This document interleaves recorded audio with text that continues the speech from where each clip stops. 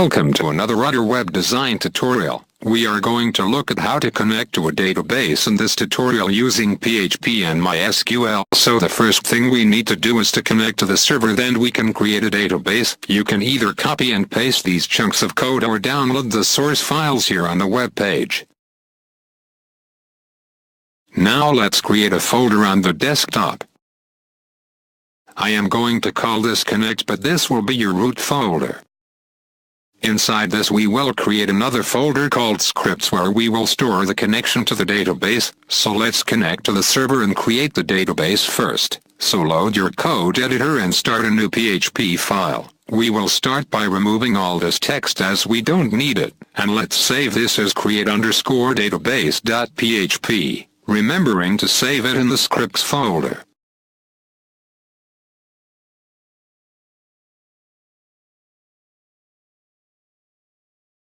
So now let's start coding. Firstly, I'm going to paste the first chunk of code on the tutorial page like so. Now each bit of information we are going to save as variable, which makes for easy maintenance for later on. These variables are then dragged into this line of code, also stored in a variable which makes use of the MySQL connection function. This function is what executes the connection to the server. Remember to change the values of the variables to your own. The next line of code will call the variable connection an and if statement, and if it fails to execute successfully it will kill the script, and output this error message and what errors MySQL finds. Now we have a connection to the server completed, we can move on to creating the database. Here we use a MySQL query to create the database, which is called my_database, but you can change this to whatever you like, and it uses the variable connection to connect to the database. Providing all goes well, it will output this message. Otherwise it will echo this error message, along with MySQL's error messages. Now this line of code closes the connection to the server before the end of the script, for security purposes. But the connection will close automatically at the end of the script. That's it. Now let's save this and we will come back to this at the end. You can just click and hold Ctrl+S. Now we will close that and create a new .php page for the connection to the database we just created. Removing all this text once again. This time we will save this as connection_to_database.php, ensuring we save it in the scripts folder.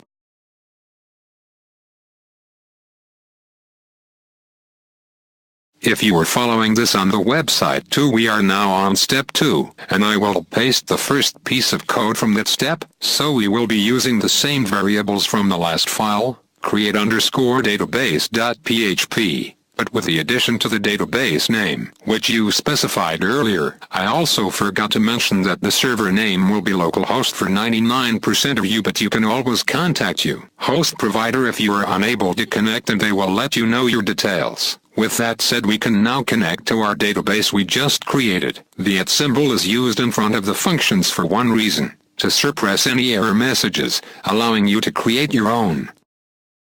So the first line connects to the server using these values.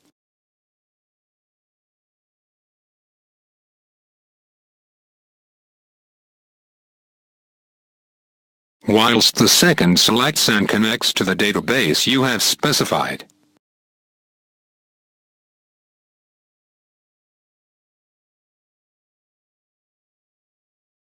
Now that's complete, we will save this and I will show you how to include this into other pages without have to type all this out over and over again. So close that, and now we will create a web page again using a .php file. But this time we will save it in the root folder. I've named it web page.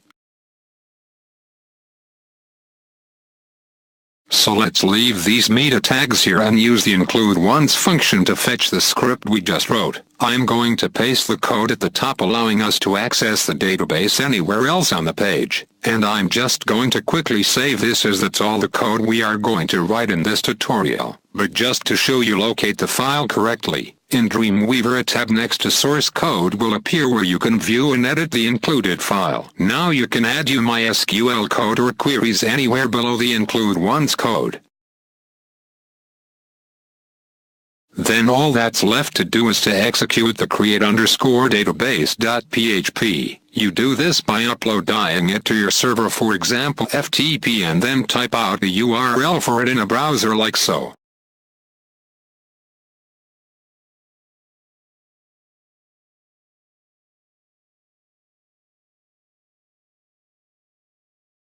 And that's it. A message will display, hopefully the success message. Then you can connect to the database and start creating tables. Thanks for watching and see you next time. Remember, the source files are on the site.